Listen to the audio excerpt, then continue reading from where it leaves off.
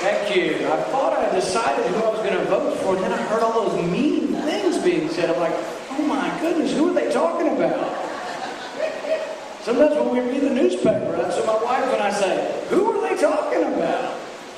Now, when we heard Jack didn't want to come to Owensboro, we said, you know what? Why don't we get the president to come down and be his fill-in? So we bought a ticket for President Obama, but you know what? We haven't seen him.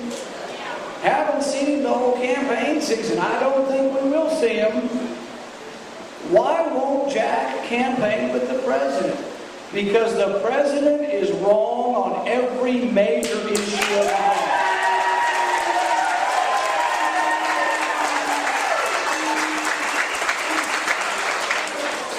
We are in the midst of a great recession. 10% unemployment and more in much of Kentucky.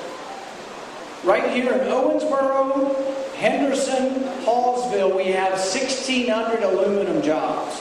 We have 5,000 additional jobs who depend on those 1,600 jobs. And what does the president want to do? He wants cap and trade, which would put these aluminum businesses out of business and 1,600 people laid off. Do we want that? The president is wrong on a federal takeover of health care. Absolutely wrong.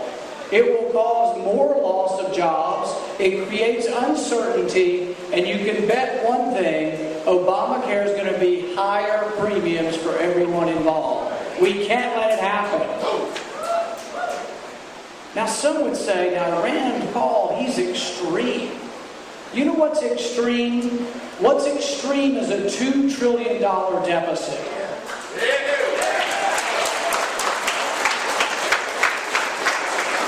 What is extreme is $400 billion in interest payments per year. We can't sustain it for much longer. Those who live beyond their means will eventually live beneath their means. There is a day of reckoning coming, and we can't just sit with our hand out. We have to stand up and say, enough's enough. We've come to take our government back.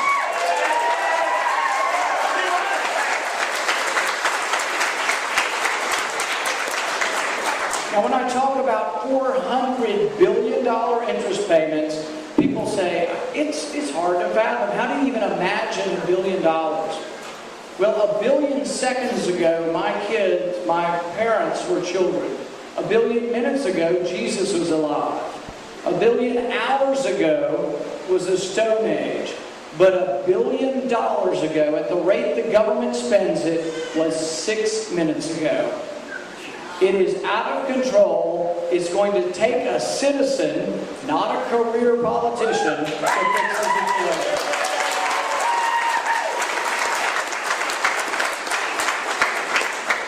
I'm proud to be a Kentuckian. I'm proud to be an American. I'm proud of the American system. The American system is democratic capitalism. It's private property. It's making a profit. It's the belief that anybody can succeed in our country, regardless of where you came from, regardless of the color of your skin. In America, we have the freedoms to succeed. We are the greatest nation ever known to man and the most humanitarian. Out of our great wealth, who are the people who give the money to those in need? When Haiti had a disaster, where does the money come from? America. We are generous. Out of our generosity, we help the world. Do you see people flying to Cuba for their health care? No. Well, Michael Moore. But if Michael Moore goes down there again, I suggest we take back his visa and he can stay down there.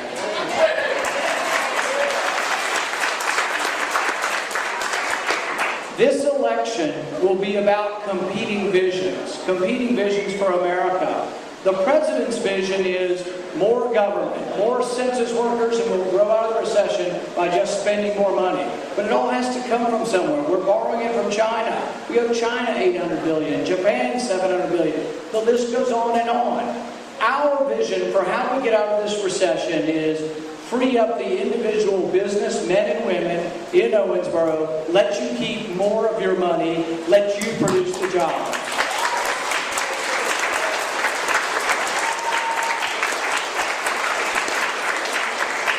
If I'm elected, I will fight day in and day out for a balanced budget and a balanced budget amendment to the Constitution. I'll fight for term limits. They all like to come up.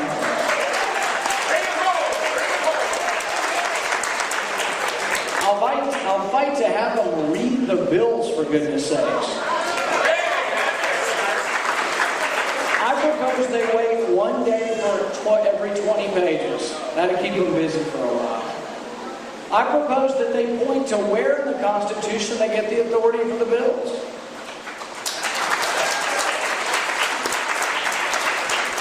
And I propose that every bill they vote on, they make applicable to themselves. They should not exempt themselves from the bill.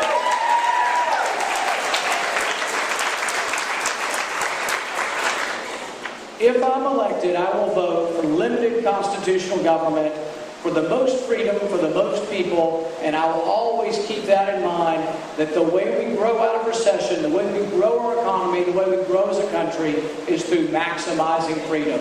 Thank you very much.